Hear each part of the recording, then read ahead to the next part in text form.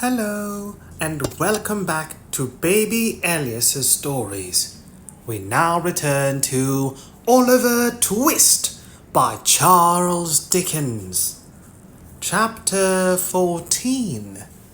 Compromising further particulars of Oliver's stay at Mr. Brownlow's with the remarkable prediction which one Mr. Grimwig uttered concerning him when he went out on an errand.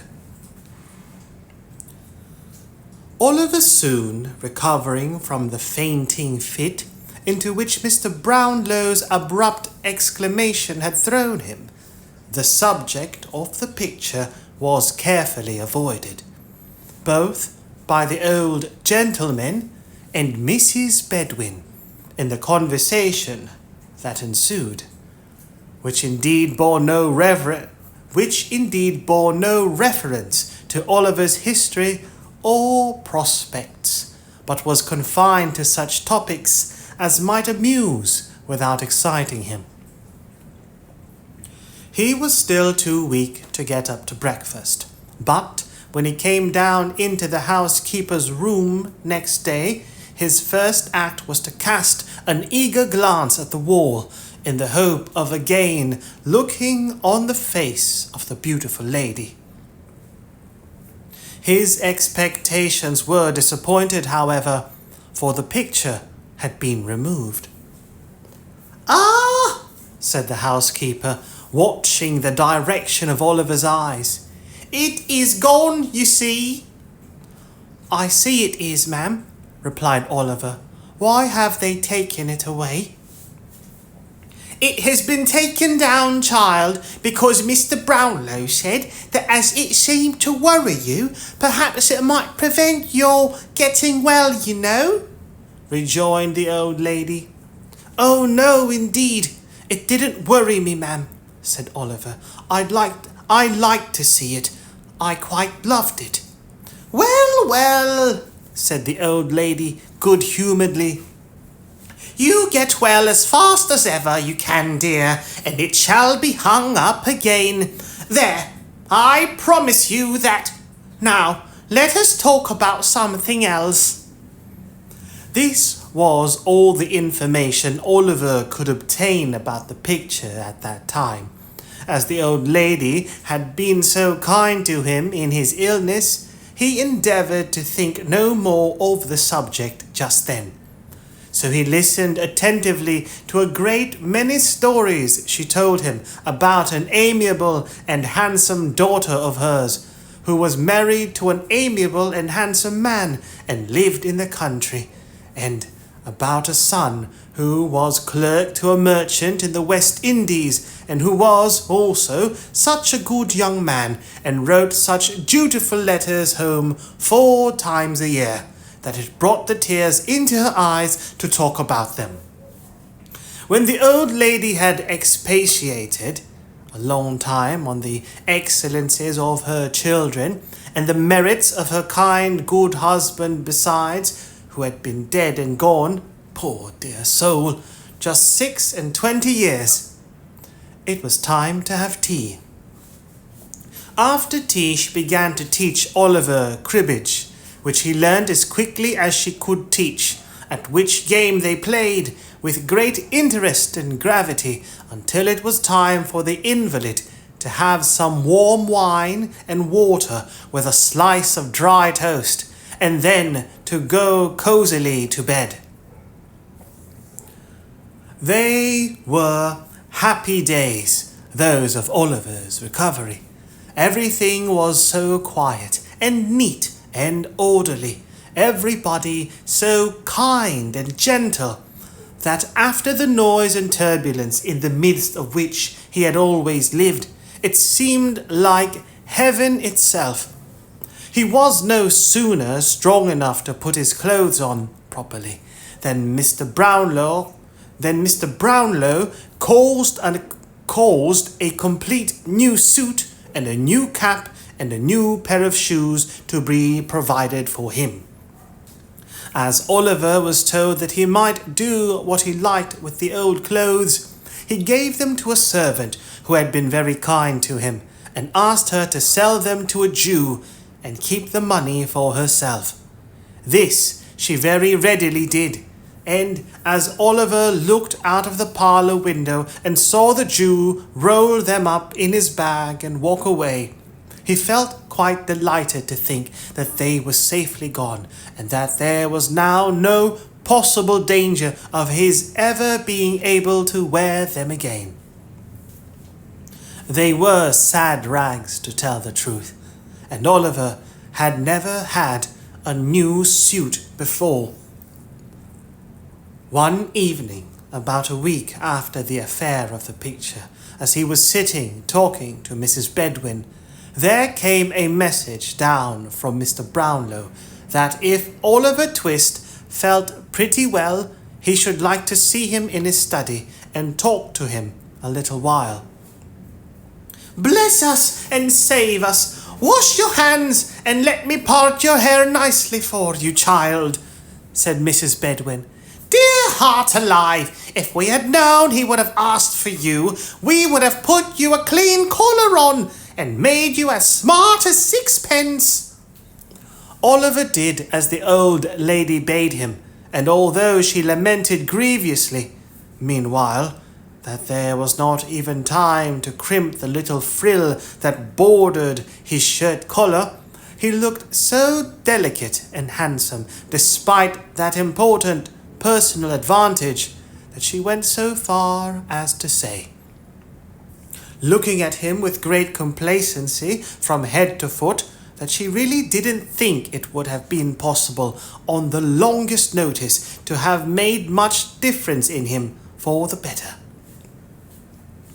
Thus encouraged, Oliver tapped at the study door.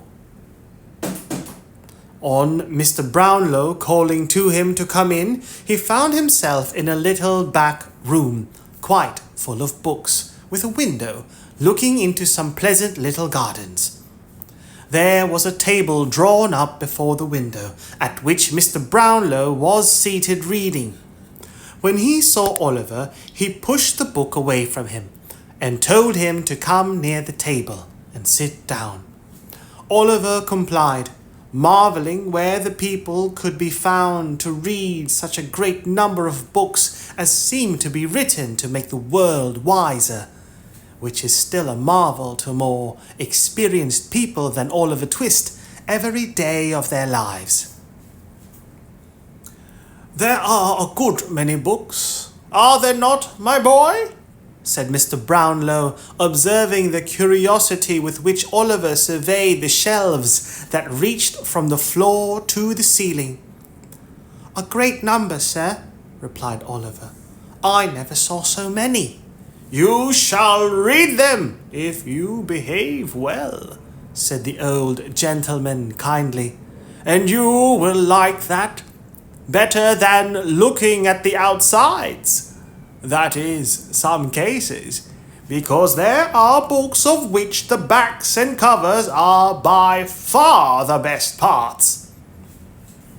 I suppose they are those heavy ones, sir," said Oliver, pointing to some large quartos with a good deal of gilding about the binding. "Not always those," said the old gentleman, patting Oliver on the head, and smiling as he did so. "There are other equally heavy ones, though of a much smaller size. How should you like to grow up a clever man and write books, eh?" "I think I would rather read them, sir," replied Oliver. "What? Wouldn't you like to be a book writer?" said the old gentleman. Oliver considered a little while, and at last said he should think it would be a much better thing to be a bookseller, upon which the old gentleman laughed heartily, and declared he had said a very good thing, which Oliver felt glad to have done, though he by no means knew what it was. "Well, well," said the old gentleman, composing his features. Don't be afraid. We won't make an author of you. While there's an honest trade to be learnt, or brick making to turn to." "Thank you, sir," said Oliver, at the earnest manner of his reply. The old gentleman laughed again, and said something about a curious instinct, which Oliver, not understanding, paid no very great attention to. "Now," said Mr. Brownlow, speaking if possible in a kinder, but at the same time in a much more serious manner than Oliver had ever known him assume yet, "I want you to pay great attention, my boy, to what I am going to say. I shall talk to you without any reserve, because I am sure you are well able to understand me, as many older persons would be." "Oh, don't tell you are going to send me away, sir. Pray!" Don't tell me you are going to send me away, sir. Pray!" exclaimed Oliver, alarmed at the serious tone of the old gentleman's commencement. "Don't turn me out of doors to wander in the streets again. Let me stay here and be a servant. Don't send me back to the wretched place I came from. Have mercy upon a poor boy, sir." "My dear child," said the old gentleman, moved by the warmth of Oliver's sudden appeal, "you need not be afraid of my deserting you, unless you give me cause." "I never will, sir," interposed Oliver. "I hope not," rejoined the old gentleman. "I do not think you ever will. I have been deceived before in the objects whom I have endeavoured to benefit, but I feel strongly disposed to trust you, nevertheless, and I am more interested in your behalf than I can well account for, even to myself. The persons on whom I have bestowed my dearest love lie deep in their graves, but although the happiness and delight of my life lie buried there too, I have not made a coffin of my heart and sealed it up forever on my best affections. Deep affection has but strengthened and refined them." As the old gentleman said this in a low voice, more to himself than to his companion, and as he remained silent for a short time afterwards, Oliver sat quite still. "Well, well," said the old gentleman at length in a more cheerful tone, "I only say this because you have a young heart, and knowing that I have suffered great pain and sorrow, you will be more careful, perhaps, not to wound me again. You say you are an orphan, without a friend in the world. All the inquiries I have been able to make confirm this statement. Let me hear your story, where you came from, who brought you up, and how you got into the company in which I found you. Speak the truth, and you shall not be friendless while I live." Oliver's sobs checked his utterance for some minutes. When he was on the point of beginning to relate how he had been brought up at the farm and carried to the workhouse by Mr. Bumble, a peculiarly impatient little double knock was heard at the street door, and the servant, running upstairs, announced Mr. Grimwig. "Is he coming up?" inquired Mr. Brownlow. "Yes, sir," replied the servant. "He asked if there were any muffins in the house, and when I told him yes, he said he had come to tea." Mr. Brownlow smiled, and turning to Oliver, said that Mr. Grimwig was an old friend of his, and he must not mind his being a little rough in his manners, for he was a worthy creature at bottom, as he had reason to know.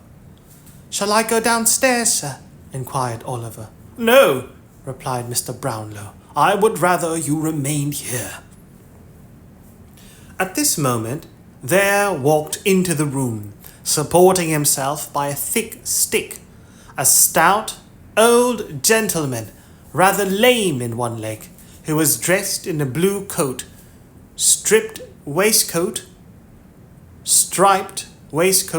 nankeen breeches and gaiters, and a broad-brimmed white hat with the sides turned up with green. A very small plaited shirt frill stuck out from his waistcoat, and a very long steel watch chain with nothing but a key at the end dangled loosely below it. The ends of his white neckerchief were twisted into a ball about the size of an orange. The variety of shapes into which his countenance was twisted defy description. He had a manner of screwing his head on one side when he spoke, and of looking out of the corners of his eyes at the same time, which irresistibly reminded the beholder of a parrot. In this attitude he fixed himself. The moment he made his appearance, and holding out a small piece of orange peel at arm's length, exclaimed in a growling, discontented voice, "Look here! Do you see this? Isn't it a most wonderful and extraordinary thing that I can't call at a man's house, but I find a piece of this poor surgeon's friend on the staircase? I've been lamed with orange peel once, and I know orange peel will be my death, or I'll be content to eat my own head, sir." This was the handsome offer with which Mr. Grimwig backed and confirmed nearly every assertion he made, and it was the more singular in his case. Because even admitting, for the sake of argument, the possibility of scientific improvements being brought to that pass which will enable a gentleman to eat his own head in the event of his being so disposed, Mr. Grimwig's head was such a particularly large one that the most sanguine man alive could hardly entertain a hope of being able to get through it at a sitting. To put entirely out of the question, a very thick coating of powder. "I'll eat my head, sir," repeated Mr. Grimwig, striking his stick upon the ground. Pack! "Hello! What's that?" looking at Oliver and retreating a pace or two. "This is young Oliver Twist, whom we were speaking about," said Mr. Brownlow. Oliver bowed. "You don't mean to say that's the boy who had the fever, I hope?" said Mr. Grimwig, recoiling a little more. "Wait a minute! Don't speak! Stop!" continued Mr. Grimwig abruptly, losing all dread of the fever in his triumph at the discovery. "That's the boy who had the orange! If that's not the boy, sir, who had the orange and threw this bit of peel upon the staircase, I'll eat my head and his too." No, he has not had one," said Mr. Brownlow, laughing. "Come, put down your hat and speak to my young friend." "I feel strongly on this subject, sir," said the irritable old gentleman, drawing off his gloves. "There's always more or less orange peel on the pavement in our street, and I know it's put there by the surgeon's boy at the corner. A young woman stumbled over a bit last night and fell against my garden railings. Directly she got up, I saw her look towards his infernal red lamp with the pantomime light. 'Don't go to him,' I called out of the window. 'He's an assassin, a man-trap.' So he is, if he is not." Here the irascible old gentleman gave a great knock on the ground with his stick, which was always understood by his friends to imply the customary offer, whether it was not expressed in words. Then, still keeping his stick in his hand, he sat down, and opening a double eyeglass which he wore attached to a broad black reband, took a view of Oliver, who, seeing that he was the object of inspection, coloured and bowed again. "That's the boy, is it?" said Mr. Grimwig at length. "That's the boy," replied Mr. Brownlow. "How are you, boy?" said Mr. Grimwig. "A great deal better, thank you, sir," replied Oliver. Mr. Brownlow, seeming to apprehend that his singular friend was about to say something disagreeable, asked Oliver to step downstairs and tell Mrs. Bedwin they were ready for tea, which, as he did not half like the visitor's manner, he was very happy to do. "He is a nice-looking boy, is he not?" inquired Mr. Brownlow. "I don't know," replied Mr. Grimwig pettishly. "Don't know?" "No, I don't know. I never see any difference in boys. I only knew two sort of boys. Mealy boys and beef-faced boys." "And which is Oliver?" "Mealy. I know a friend who has a beef-faced boy. A fine boy, they call him, with a round head and red cheeks and glaring eyes. A horrid boy, with a body and limbs that appear to be swelling out of the seams of his blue clothes, with the voice of a pilot and the appetite of a wolf. I know him, the wretch." "Come," said Mr. Brownlow, "these are not the characteristics of young Oliver Twist, so he needn't excite your wrath." "They are not," replied Mr. Grimwig. "He may have worse." Here Mr. Brownlow coughed impatiently, which appeared to afford Mr. Grimwig the most exquisite delight. "He may have worse, I say," repeated Mr. Grimwig. "Where does he come from? Who is he? What is he? He has had a fever. What of that? Fevers are not peculiar to good people, are they? Bad people have fever sometimes, haven't they, eh? I knew a man who was hung in Jamaica for murdering his master. He had had a fever 6 times. He wasn't recommended to mercy on that account. Pooh! Nonsense!" Now, the fact was that in the inmost recesses of his own heart, Mr. Grimwig was strongly disposed to admit that Oliver's appearance and manner were unusually prepossessing.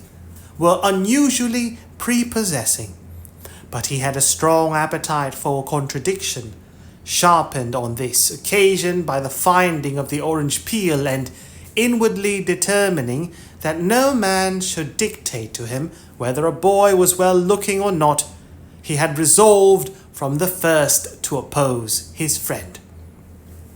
When Mr. Brownlow admitted that on no one point of inquiry could he yet return a satisfactory answer, and that he had postponed any investigation into Oliver's previous history until he thought the boy was strong enough to hear it, Mr. Grimwig chuckled maliciously.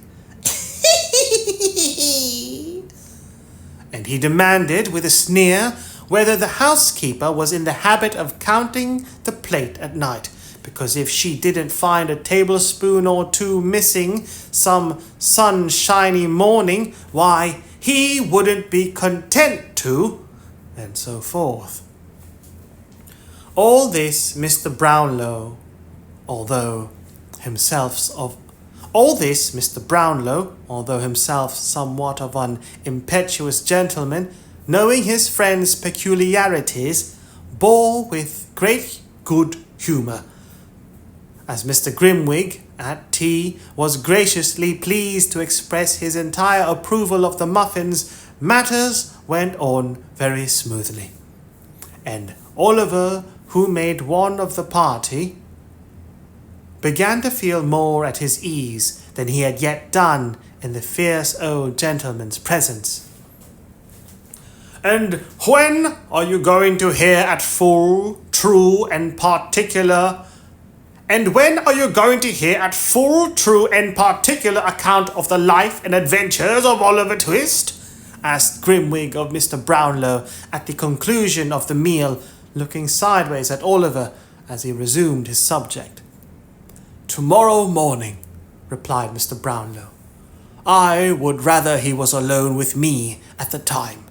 Come up to me tomorrow morning at 10 o'clock, my dear. Yes, sir, replied Oliver. He answered with some hesitation, because he was confused by Mr. Grimwig's looking so hard at him. I'll tell you what, whispered that gentleman to Mr. Brownlow. He won't come up to you tomorrow morning. I saw him hesitate. He is deceiving you, my good friend.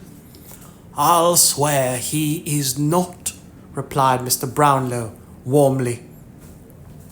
If he is not, said Mr. Grimwig, and down went the stick. I'll answer for that boy's truth with my life, said Mr. Brownlow, knocking the table. And I for his falsehood with my head, rejoined Mr. Grimwig, knocking the table also. We shall see, said Mr. Brownlow, checking his rising anger. We will, replied Mr. Grimwig with a provoking smile. We will. As fate would have it, Mrs. Bedwin chanced to bring in, at this moment, a small parcel of books, which Mr. Brownlow had that morning purchased of the identical bookstall keeper, who had already figured in this history. Having laid them on the table, she prepared to leave the room. Stop the boy, Mrs. Bedwin, said Mr. Brownlow. There is something to go back. He has gone, sir, replied Mrs. Bedwin. Call after him, said Mr. Brownlow. It's particular. He is a poor man, and they are not paid for. There are some books to be taken back too. The street door was opened. Oliver ran one way, and the girl ran another, and Mrs. Bedwin stood on the step and screamed for the boy. But there was no boy in sight. Oliver and the girl returned, in the breathless state, to report that there were no tidings of him. Dear me, I am very sorry for that, exclaimed Mr. Brownlow. I particularly wished those books to be returned tonight. Send Oliver with them, said Mr. Grimwig with an ironical smile. He will be sure to deliver them safely, you know. Yes, do let me take them, if you please, sir, said Oliver. I'll run all the way, sir. The old gentleman was just going to say that Oliver should not go out on any account, when a most malicious cough from Mr. Grimwig determined him that he should, and that by his prompt discharge of the commission he should prove to him the injustice of his suspicions, on this head at least, at once. You shall go, my dear, said the old gentleman. The books are on a chair by my table. Fetch them down. Oliver, delighted to be of use, brought down the books under his arm in a great bustle, and waited, cap in hand, to hear what message he was to take. You are to say, said Mr. Brownlow, glancing steadily at Grimwig, you are to say that you have brought these books back, and that you have come to pay the £4.10 I owe him. This is a £5 note, so you will have to bring me back 10 shillings change. I won't be 10 minutes, sir, said Oliver eagerly, having buttoned up the bank note in his jacket pocket and placed the books carefully under his arm. He made a respectful bow and left the room. Mrs. Bedwin followed him to the street door, giving him many directions about the nearest way, and the name of the bookseller, and the name of the street, all of which Oliver said he clearly understood. Having superadded many injunctions to be sure and not take cold, the old lady at length permitted him to depart. Bless his sweet face, said the old lady, looking after him. I can't bear somehow to let him go out of my sight." At this moment, Oliver looked gaily round and nodded before he turned the corner. The old lady smilingly returned his salutation and, closing the door, went back to her own room. "Let me see. He'll be back in 20 minutes at the longest," said Mr. Brownlow, pulling out his watch and placing it on the table. "It will be dark by that time." "Oh, you really expect him to come back, do you?" inquired Mr. Grimwig. "Don't you?" asked Mr. Brownlow, smiling. The spirit of contradiction was strong in Mr. Grimwig's breast at that moment, and it was rendered stronger by his friend's confident smile. "No," he said, smiting the table with his fist. "I do not. The boy has a new suit of clothes on his back, a set of valuable books under his arm, and a £5 note in his pocket. He'll join his old friends the thieves and laugh at you. If ever that boy returns to this house, sir, I'll eat my head." With these words he drew his chair closer to the table, and there the two friends sat in silent expectation, with the watch between them. It is worthy of remark, as illustrating the importance we attach to our own judgments, and the pride with which we put forth our most rash and hasty conclusions, that although Mr. Grimwig was not by any means a bad-hearted man, and though he would have been unfeignedly sorry to see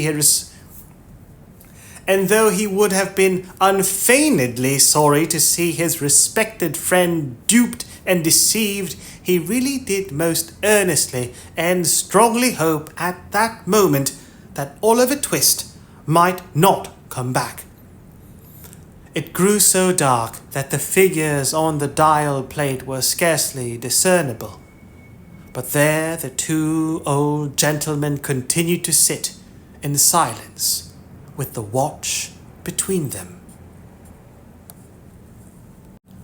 Chapter 15, showing how very fond of Oliver Twist the merry old Jew and Miss Nancy were.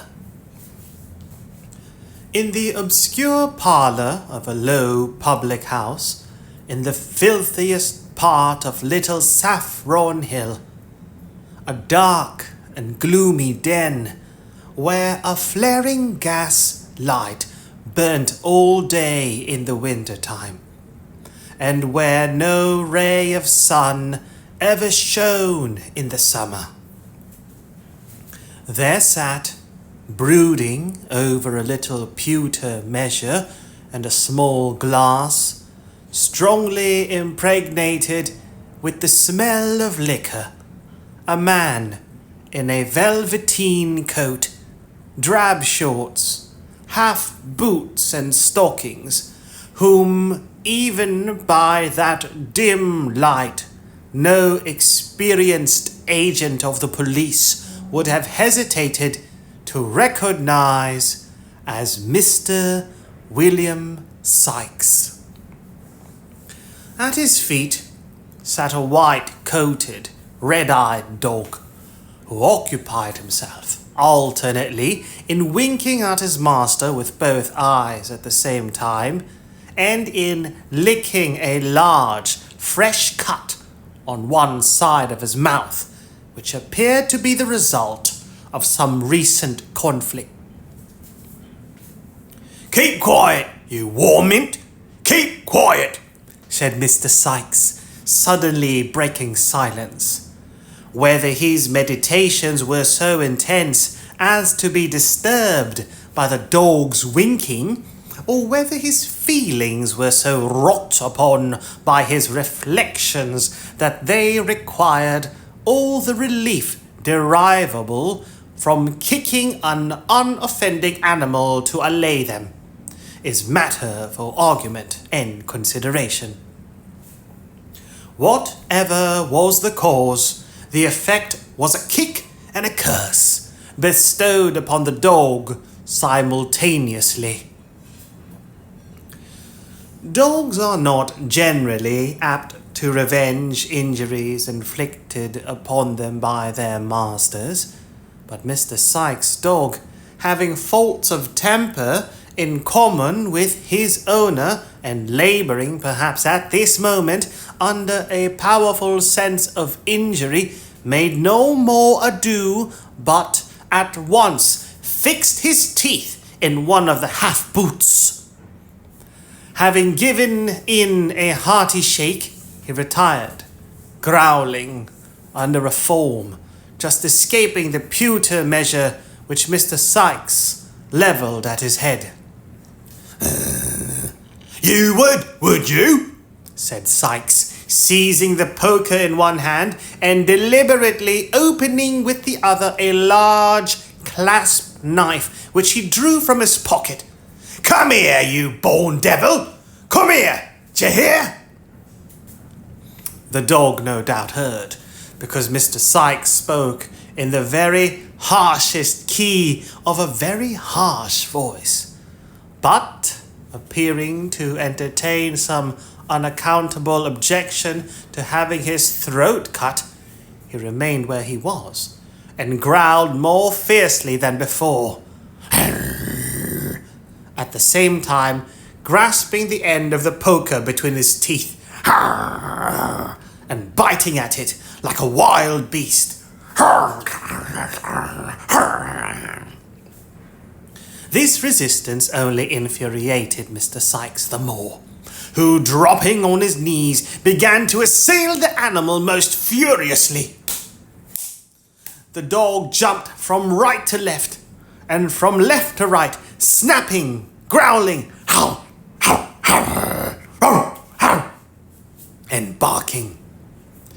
The man thrust and swore and struck and blasphemed, and the struggle was reaching a most critical point for one or other, when the door suddenly opening, the dog darted out, leaving Bill Sykes with the poker and the clasped knife in his hands. There must always be two parties to a quarrel, says the old adage. Mr. Sykes, being disappointed of the dog's participation, at once transferred his share in the quarrel to the newcomer. What the devil do you come in between me and my dog for? Said Sykes with a fierce gesture. I didn't know, my dear, I didn't know, replied Fagin humbly, for the Jew was the newcomer.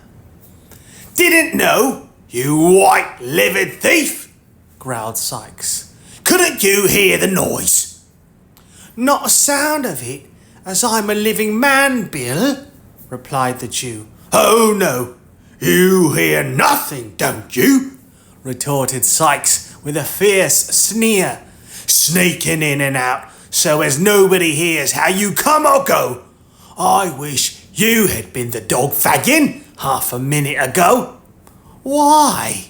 Inquired the Jew with a forced smile. 'Cause the government, as cares for the lives of such men as you, as haven't half the pluck of curs, lets a man kill a dog how he likes, replied Sykes, shutting up the knife with a very expressive look. That's why. The Jew rubbed his hands and, sitting down at the table, affected to laugh at the pleasantry of his friend. He was obviously very ill at ease, however. Grin away, said Sykes, replacing the poker and surveying him with savage contempt. Grin away. You'll never have the laugh at me. You'll never have the laugh at me, though, unless it's behind a nightcap. I've got the upper hand over you, Fagin, and damn me, I'll keep it. There, if I go, you go, so take care of me. Well, my dear, said the Jew. I know all that. We have a mutual interest, Bill, a mutual interest. Humph, said Sykes, as if he, though the interest lay rather more on the Jew's side than on his. Well, what have you got to say to me? It's all passed safe through the melting pot, replied Fagin, and this is your share. It's rather more than it ought to be, my dear, but as I know, you'll do me a good turn another time, and— Stow that gammon, interposed the robber impatiently. Where is it? Hand over. Yes, Bill. Give me time, replied the Jew soothingly. Here it is, all safe. As he spoke, he drew forth an old cotton handkerchief from his breast, and untying a large knot in one corner, produced a small brown paper packet. Sykes, snatching it from him, hastily opened it, and proceeded to count the sovereigns it contained. This is all, is it? inquired Sykes. All, replied the Jew. You haven't opened the parcel and swallowed one or two as you come along, have you? inquired Sykes suspiciously. Don't put on an injured look at the question. You've done it many a time, jerked the tinkler. These words, in plain English, conveyed an injunction to ring the bell. It was answered by another Jew, younger than Fagin, but nearly as vile and repulsive in appearance. Bill Sykes merely pointed to the empty measure. The Jew, perfectly understanding the hint, retired to fill it, previously exchanging a remarkable look with Fagin, who raised his eyes for an instant, as if in expectation of it, and shook his head in reply, so slightly that the action would have been almost imperceptible to an observant third person. It was lost upon Sykes, who was stooping at the moment to tie the bootlace which the dog had torn. Possibly, if he had observed the brief interchange of signals, he might have thought that it boded no good to him. "Is anybody here, Barney?" inquired Fagin, speaking now that Sykes was looking on without raising his eyes from the ground. "Not a soul," replied Barney, whose words, whether they came from the heart or not, made their way through the nose. "Nobody?" inquired Fagin, in a tone of surprise, which perhaps might mean that Barney was at liberty to tell the truth. "Nobody but Miss Nancy," replied Barney. Nancy! exclaimed Sykes. Where? Strike me blind if I don't honour that 'ere girl for her native talents. "She's been having a plate of boiled beef in the bar," replied Barney. Send her here, said Sykes, pouring out a glass of liquor. Glub, glub, glub, glub, glub, glub. Send her here. Barney looked timidly at Fagin, as if for permission. The Jew remained silent, and not lifting his eyes from the ground, he retired, and presently returned, ushering in Nancy, who was decorated with the bonnet, apron, basket, and street door key complete. You are on the scent, are you, Nancy? inquired Sykes, proffering the glass. "Yes, I am, Bill," replied the young lady, disposing of its contents. "And tired enough of it I am too. The young brat's been ill and confined to the crib, and—" "Ah, Nancy dear," said Fagin, looking up. Now, whether a peculiar contraction of the Jew's red eyebrows and a half-closing of his deeply set eyes warned Miss Nancy that she was disposed to be too communicative, it is not a matter of much importance. The fact is all we need care for here, and the fact is that she suddenly checked herself, and with several gracious smiles upon Mr. Sykes, turned the conversation to other matters. In about 10 minutes' time, Mr. Fagin was seized with a fit of coughing. Upon which Nancy pulled her shawl over her shoulders and declared it was time to go.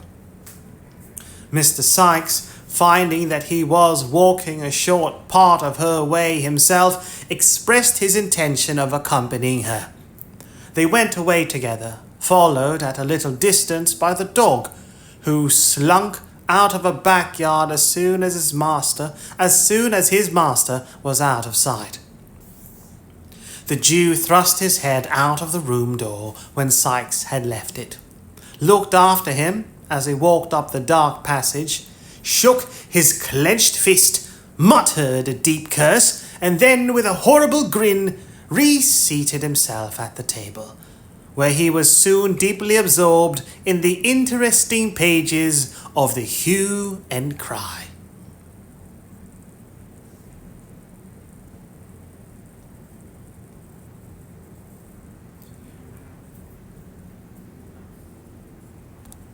Hue and cry, a loud clamour or public outcry.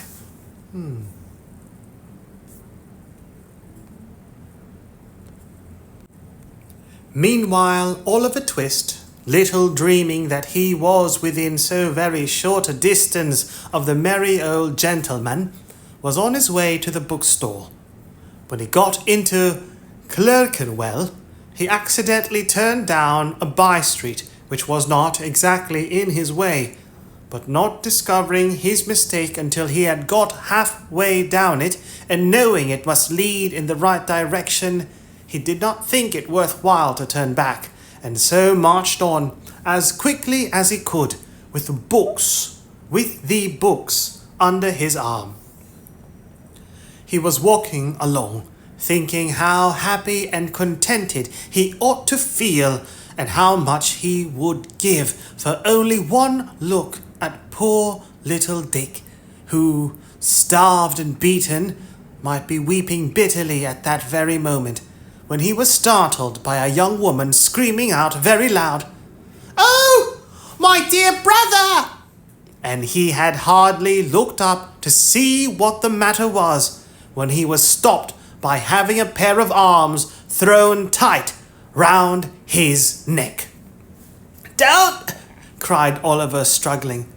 "Let go of me! Who is it? What are you stopping me for?" The only reply to this was a great number of loud lamentations from the young woman who had embraced him, and who had a little basket and a street door key in her hand. "Oh, my gracious!" said the young woman. "I have found him! Oh, Oliver! Oliver! Oh, you naughty boy, to make me suffer such distress on your account. Come home, dear, come. Oh, I've found him. Thank gracious goodness heavens, I've found him." With these incoherent exclamations, the young woman burst into another fit of crying, and got so dreadfully hysterical that a couple of women who came up at the moment asked a butcher's boy with a shiny head of hair anointed with suet, anointed with suet, a hard white fat on the kidneys and loins of cattle, sheep, and other animals, used to make foods including puddings, pastry, and mince meat, suet. That a couple of women who came up at that moment asked a butcher's boy with a shiny head of hair anointed with suet, who was also looking on, whether he didn't think he had better run for the doctor, to which the butcher's boy, who appeared of a lounging, not to say indolent disposition, replied that he thought not. "Oh, no, never mind," said the young woman, grasping Oliver's hand. "I'm better now. Come home directly, you cruel boy. Come." "Oh, ma'am," replied the young woman, "he ran away near a month ago." "Oh, ma'am," replied the young woman, "he ran away near a month ago from his parents, who are hard-working and respectable people, and went and joined a set of thieves and bad characters, and almost broke his mother's heart." "Young wretch," said one woman.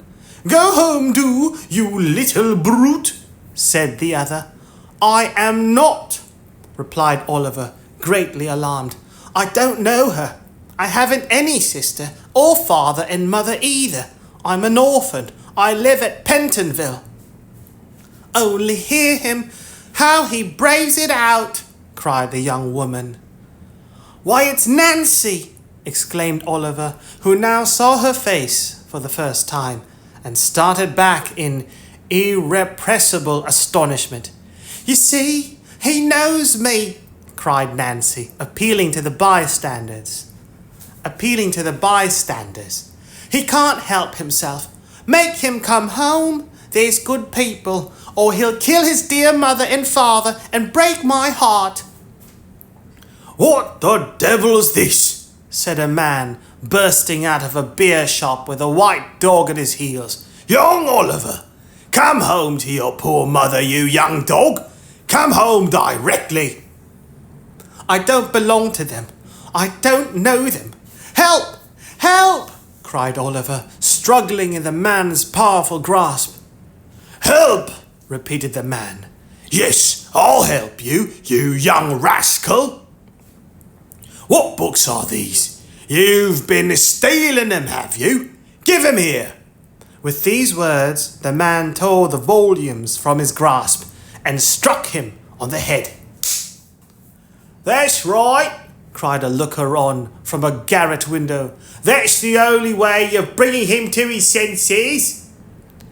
"To be sure," cried a sleepy-faced carpenter, casting an approving look at the garret window. "It'll do him good," said the two women. "Then, and he shall have it too," rejoined the man, administering another blow, and seizing Oliver by the collar. "Come on, you young villain. Here, Bullseye. Mind him, boy. Mind him." Weak with recent illness, stupefied by the blows and the suddenness of the attack, terrified by the fierce growling of the dog and the brutality of the man, overpowered by the conviction of the bystanders that he really was the hardened little wretch he was described to be. What could one poor child do? Darkness had set in. It was a lone neighborhood. No help was near. Resistance was useless. In another moment, he was dragged into a labyrinth of dark, narrow courts and was forced along them at a pace which rendered the few cries he dared to give utterance to unintelligible. It was of little moment indeed whether they were intelligible or no, for there was nobody to care for them, had they been ever so plain. The gas lamps were lighted. Mrs. Bedwin was waiting anxiously at the open door. The servant had run up the street 20 times to see if there were any traces of Oliver, and still the two old gentlemen sat perseveringly in the dark parlour with the watch between them.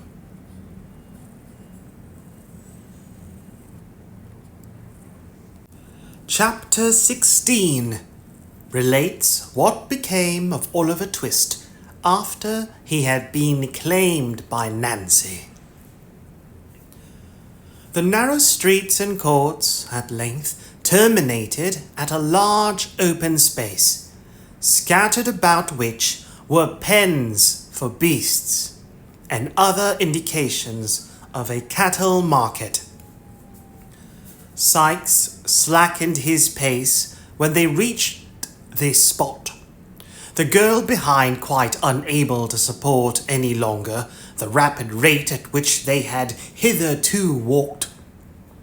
Turning to Oliver, he roughly commanded him to take hold of Nancy's hand. "Do you hear?" growled Sykes, as Oliver hesitated and looked around and looked round. They were in a dark corner, quite out of the track of passengers. Oliver saw, but too plainly, that resistance would be of no avail. He held out his hand, which Nancy clasped tight in hers. "Give me the other," said Sykes, seizing Oliver's unoccupied hand. "Here, bullseye." The dog looked up and growled.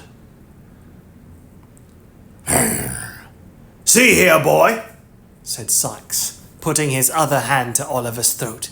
"If he speaks ever so soft a word, hold him. D'you mind?" The dog growled again, and licking his lips, eyed Oliver as if he were anxious to attach himself to his windpipe without delay. "He's as willing as a Christian.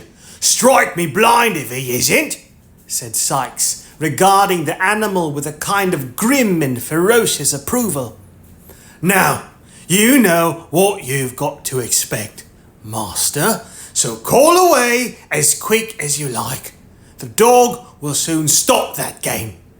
Get on, young un!" Bull's eye wagged his tail in acknowledgement of this unusually endearing form of speech.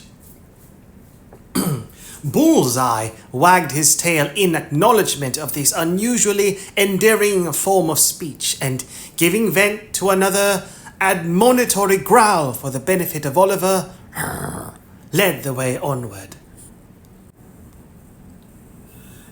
It was Smithfield that they were crossing, although it might have been Grosvenor Square, for anything Oliver knew to the contrary. The night was dark and foggy. The lights in the shops could scarcely struggle through the heavy mist, which thickened every moment and shrouded the streets and houses in gloom, rendering the strange place still stranger in Oliver's eyes, and making his uncertainty the more dismal and depressing. They had hurried on a few paces when a deep church bell struck the hour. Dong! With its first stroke, the two conductors stopped and turned their heads in the direction whence the sound proceeded. 8 o'clock, Bill, said Nancy when the bell ceased. "What's the good of telling me that? I can hear it, can't I?" replied Sykes. I wonder whether they can hear it, said Nancy. "Of course they can," replied Sykes. "It was Bartlemy time when I was shopped, and there warn't a penny trumpet in the fair, as I couldn't hear the squeaking on. Arter, I was locked up for the night. The row and din outside made the thundering old jail so silent that I could almost have beat my brains out against the iron plates of the door." Poor fellow, said Nancy, who still had her face turned towards the quarter in which the bell had sounded. "Oh, Bill, such fine young chaps as them?" "Yes, that's all you women think of," answered Sykes. "Fine young chaps. Well, they're as good as dead, so it don't much matter." With this consolation, Mr. Sykes appeared to repress a rising tendency to jealousy, and clasping Oliver's wrist more firmly, told him to step out again. "Wait a minute," said the girl. "I wouldn't hurry by. If it was you that was coming out to be hung, the next time 8 o'clock struck, Bill, I'd walk round and round the place till I dropped if the snow was on the ground and I hadn't a shawl to cover me." "And what good will that do?" inquired the unsentimental Mr. Sykes. "Unless you could pitch over a file in 20 yards of good stout rope, you might as well be walking 50 mile off, or not walking at all. for all the good it would do me. Come on, and don't stand preaching there. The girl burst into a laugh, drew her shawl more closely round her, and they walked away. But Oliver felt her hand tremble, and looking up in her face as they passed a gas lamp, saw that it had turned a deadly white.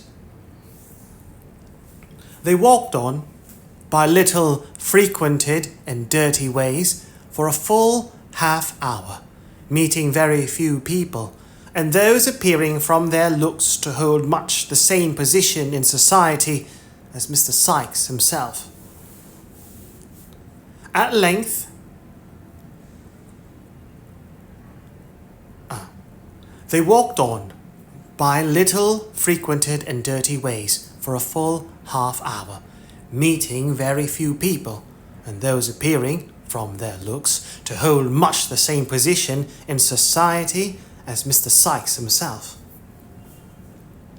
At length they turned into a very filthy narrow street, nearly full of old clothes shops, the dog running forward, as if conscious that there was no further occasion for his keeping on guard, stopped before the door of a shop that was closed and apparently untenanted.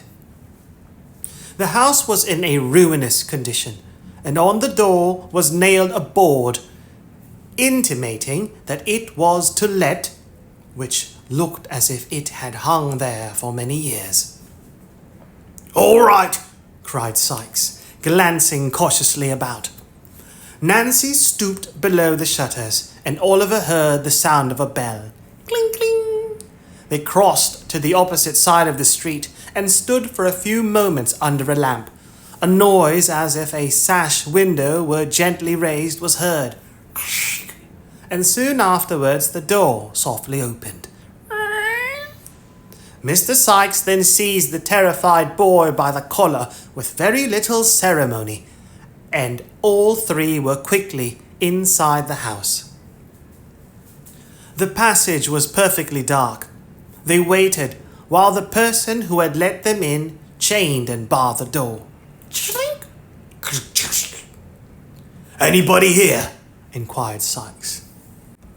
No, replied a voice, which Oliver thought he had heard before. Is the old un here? asked the robber. Yes, replied the voice, and precious down in the mouth he has been. Won't he be glad to see you? Oh, no.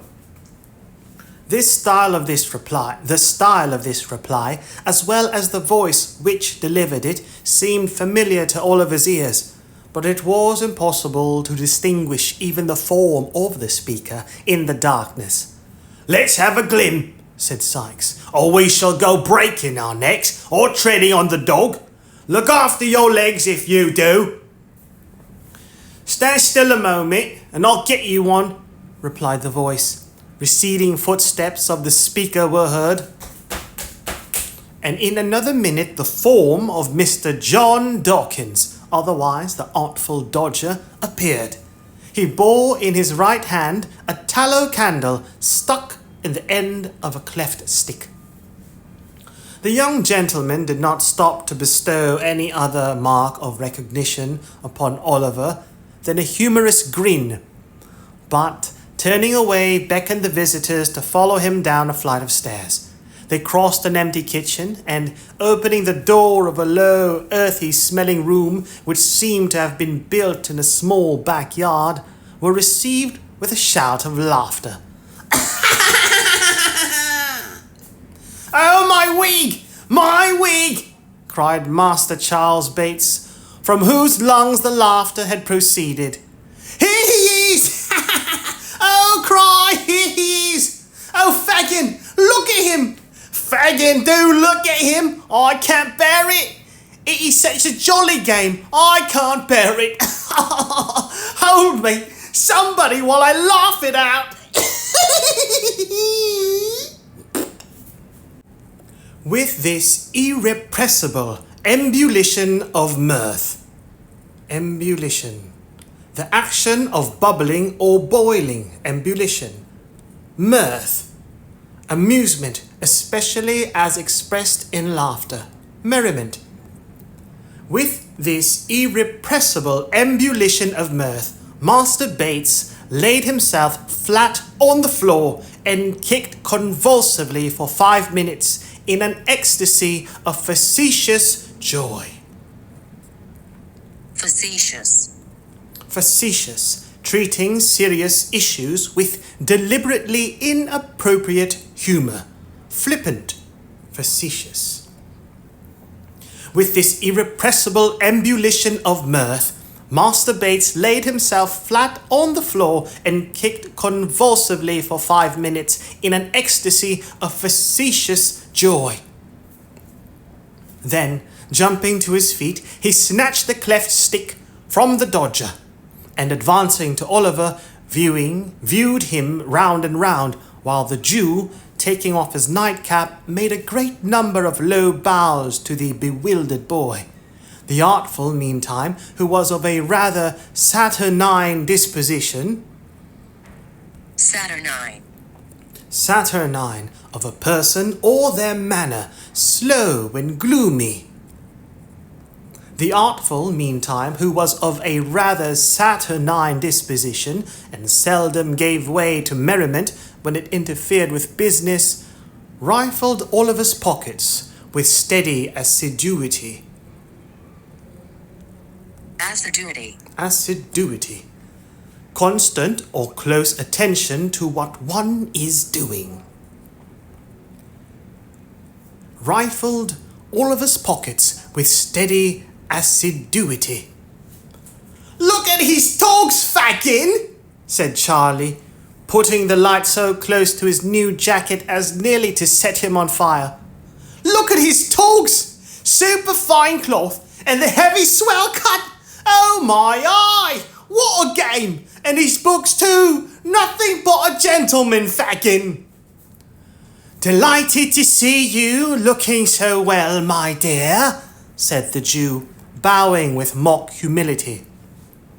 "The Artful shall give you another suit, my dear, for fear you should spoil that Sunday one. Why didn't you write, my dear, and say you were coming? We'd have got something warm for supper." At this, Master Bates roared again, so loud that Fagin himself relaxed, and even the Dodger smiled. But as the Artful drew forth the £5 note at that instant, it is doubtful whether the sally of the discovery awakened his merriment. Sally, a sudden change. Sally, a sudden charge out of a besieged place against the enemy. A sortie. It is doubtful whether the sally of the discovery awakened his merriment. "Hallo! What's that?" inquired Sykes, stepping forward as the Jew seized the note. "That's mine, Fagin." No, my dear," said the Jew. "Mine, Bill, mine. You shall have the books." "If that ain't mine," said Bill Sykes, putting on his hat with a determined air. "Mine and Nancy's, that is. I'll take the boy back again." The Jew started. Oliver started too, though from a very different cause, for he hoped that the dispute might really end in his being taken back. "Come, hand over, will you?" said Sykes. "This is hardly fair, Bill. Hardly fair, is it, Nancy?" inquired the Jew.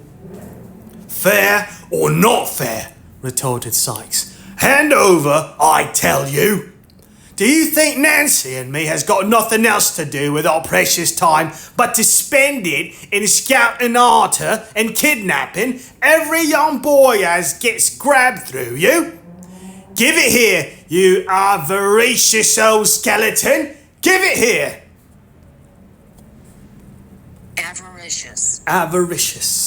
Avaricious. Having or showing an extreme greed for wealth or material gain. Avaricious. Give it here, you avaricious old skeleton! Give it here! With this gentle remonstrance, Mr. Sykes plucked the note from between the Jew's finger and thumb. Remonstrance. Remonstrance. A forcefully reproachful protest. Remonstrance. With this gentle remonstrance, Mr. Sykes plucked the note from between the Jew's finger and thumb, and looking the old man coolly in the face, folded it up small, and tied it in his handkerchief, and tied it in his neckerchief. That's for our share of the trouble, said Sykes, and not half enough neither.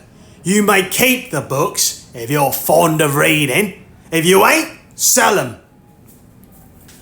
They're very pretty, said Charlie Bates, who, with sun-dry grimaces, had been affecting to read one of the volumes in question.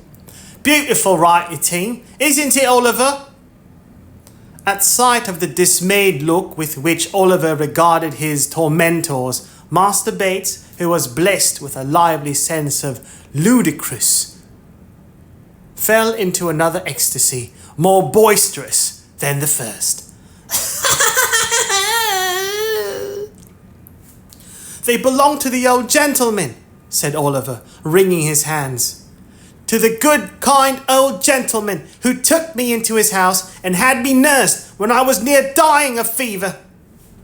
Oh, pray send them back. Send him back the books and money. Keep me here all my life long, but pray send them back. He'll think I stole them. The old lady, all of them who were so kind to me, will think I stole them. Oh, do have mercy upon me and send them back. With these words, which were uttered with all the energy of passionate grief, Oliver fell upon his knees at the Jew's feet and beat his hands together in perfect desperation. The boy's right, remarked Fagin, looking covertly round and knitting his shaggy eyebrows into a hard knot. You're right, Oliver, you're right. They will think you have stolen him. Chuckled the Jew, rubbing his hands. It couldn't have happened better if we had chosen our time. Of course it couldn't, replied Sykes. I'd know that directly I see him coming through Clerkenwell with the books under his arm. It's all right enough. They're soft-hearted psalm singers, or they wouldn't have taken him at all. Or they wouldn't have taken him in at all, and they'll ask no questions after him, fear they should be obliged to prosecute, and so get him lagged. He's safe enough. Oliver had looked from one to the other while these words were being spoken, as if he were bewildered and could scarcely understand what passed. But when Bill Sykes concluded, he jumped suddenly to his feet and tore wildly from the room, uttering shrieks for help, which made the bare old house echo to the roof. Help! Help! Keep back the dog, Bill! Cried Nancy, springing before the door and closing it. Boom! As the Jew and his two pupils darted out in pursuit. Keep back the dog! He'll tear the boy to pieces! Serve him right, cried Sykes, struggling to disengage himself from the girl's grasp. Stand off from me, or I'll split your head against the wall. I don't care for that, Bill. I don't care for that, screamed the girl, struggling violently with the man. The child shan't be torn down by the dog unless you kill me first. Shan't he? Said Sykes, setting his teeth. I'll soon do that if you don't keep off. The housebreaker flung the girl from him to the further end of the room. Ah! Just as the Jew and the two boys returned, dragging Oliver among them. What's the matter here? Said Fagin, looking round. The girl's gone mad, I think, replied Sykes savagely. No, she hasn't, said Nancy, pale and breathless from the scuffle. No, she hasn't, Fagin. Don't think it. Then keep quiet, will you? Said the Jew with a threatening look. No, I won't do that neither, replied Nancy, speaking very loud. Come, what do you think of that? Mr. Fagin was sufficiently well acquainted with the manners and customs of that particular species of humanity to which Nancy belonged, to feel tolerably certain that it would be rather unsafe to prolong any conversation with her at present. With the view of diverting the attention of the company, he turned to Oliver. So, you wanted to get away, my dear, did you? Said the Jew, taking up a jagged and knotted club which lay in a corner of the fireplace. Eh? Oliver made no reply, but he watched the Jew's motions and breathed quickly. Wanted to get assistance? Called for the police, did you? Sneered the Jew, catching the boy by the arm. We'll cure you of that, my young master. The Jew inflicted a smart blow on Oliver's shoulders with the club, and was raising it for a second when the girl, rushing forward, wrested it from his hand. She flung it into the fire with a force that brought some of the glowing coals whirling out into the room. I won't stand by it and see it done, Fagin, cried the girl. You've got the boy, and what more would you have? Let him be, or I shall put that mark on some of you. That will bring me to the gallows before my time. The girl stamped her foot violently on the floor as she vented this threat, and with her lips compressed and her hands clenched, looked alternately at the Jew and the other robber, her face quite colourless from the passion of rage into which she had gradually worked herself. Why, Nancy, said the Jew in a soothing tone after a pause, during which he and Mr. Sykes had stared at one another in a disconcerted manner. You're more clever than ever tonight. My dear, you are acting beautifully. Am I? Said the girl. Take care I don't overdo it, or you will be the worst for it, Fagin, if I do. And so I tell you in good time to keep clear of me. There is something about a roused woman, especially if she add to all her other strong passions the fierce impulses of recklessness and despair, which few men like to provoke. The Jew saw that it would be hopeless to affect any further mistake regarding the reality of Miss Nancy's rage, and, shrinking involuntarily back a few paces, cast a glance, half imploring and half cowardly, at Sykes, as if to hint that he was the fittest person to pursue the dialogue. Mr. Sykes, thus mutely appealed to, and possibly feeling his personal pride and influence interested in the immediate reduction of Miss Nancy to reason, gave utterance to about a couple of score of curses and threats, the rapid production of which reflected great credit on the fertility of his invention, as they produced no visible effect on the object against whom they were discharged. However, he resorted to more tangible arguments. What do you mean by this? Said Sykes, backing the inquiry with a very common imprecation concerning the most beautiful of human features. Imprecation. Imprecation, a spoken curse. Swear word. What do you mean by this? Said Sykes, backing the inquiry with a very common imprecation concerning the most beautiful of human features, which, if it were heard above, only once out of every 50,000 times that it is uttered below would render blindness as common a disorder as measles. What do you mean by it? Burn my body? Do you know who you are and what you are? Oh yes, I know all about it, replied the girl, laughing hysterically, and shaking her head from side to side with a poor assumption of indifference. Well, then, keep quiet, rejoined Sykes with a growl like that he was accustomed to use when addressing his dog, or I'll quiet you for a good long time to come.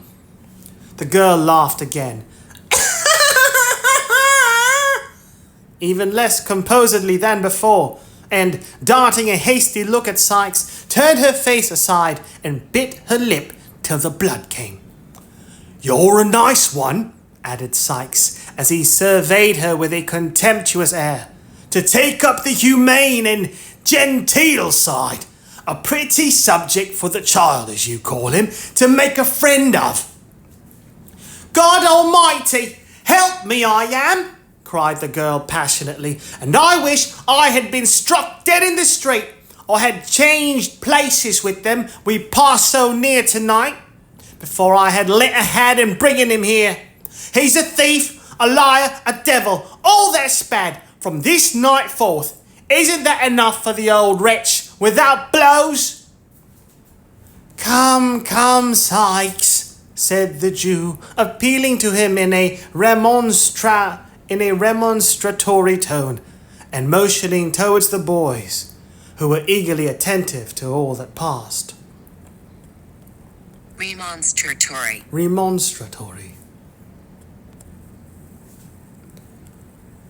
Remonstratory, described as a tone, action, or document characterized by protest, objection, or strong expostulation. Come, Sykes, said the Jew, appealing to him in a remonstratory tone, and motioning towards the boys, who were eagerly attentive to all that passed. We must have civil words. Civil words, Bill. Civil words, cried the girl, whose passion was frightful to see. Civil words, you villain! Yes, you deserve them from me. I thieved for you when I was a child not half as old as this, pointing to Oliver. I have been in the same trade and in the same service for 12 years since. Don't you know it? Speak out! Don't you know it? Well, replied the Jew with an attempt at pacification. And if you have, it's your living. Aye, it is, returned the girl, not speaking but pouring out the words in one continuous and vehement scream. It's my living, and the cold, wet, dirty streets are my home, and you're the wretch that drove me to them long ago, and that'll keep me there day and night till I die. I shall do you a mischief, interposed the Jew, goaded by these reproaches. A mischief worse than that, if you say much more. The girl said nothing more, but, tearing her hair and dress in a transport of passion, made such a rush at the Jew as would probably have left signal marks of her revenge upon him, had not her wrists been seized by Sykes at the right moment, upon which she made a few ineffectual struggles and fainted. She's all right now, said Sykes, laying her down in a corner. She's uncommon strong in the arms when she's up in this way. The Jew wiped his forehead and smiled, as if it were a relief to have the disturbance over, but neither he, nor Sykes, nor the dog, nor the boys seemed to consider it in any other light than a common occurrence, incidental to business. It's the worst of having to do with women, said the Jew, replacing his club. But they're clever, and we can't get on in our line without 'em. Charlie, Show Oliver to bed. I suppose he'd better not wear his best clothes tomorrow, Fagin, had he? Inquired Charlie Bates. Certainly not, replied the Jew, reciprocating the grin with which Charlie put the question. Master Bates, apparently much delighted with his commission, took the cleft stick and led Oliver into an adjacent kitchen where there were 2 or 3 of the beds on which he had slept before. And here, with many uncontrollable bursts of laughter, he produced the identical old suit of clothes which Oliver had so much congratulated himself upon leaving off at Mr. Brownlow's, and the accidental display of which to Fagin by the Jew who purchased them had been the very first clue received of his whereabout. Put off the smart ones, said Charlie, and I'll give him to Fagin to take care of. What fun it is! Poor Oliver unwillingly complied. Master Bates, rolling up the new clothes under his arm, departed from the room, leaving Oliver in the dark and locking the door behind him. Cluck! The noise of Charlie's laughter and the voice of Miss Betsy, who opportunely arrived to throw water over her friend and performed other feminine offices for the promotion of her recovery, might have kept many people awake under more happy circumstances than those in which Oliver was placed. But he was sick and weary, and he soon fell sound asleep.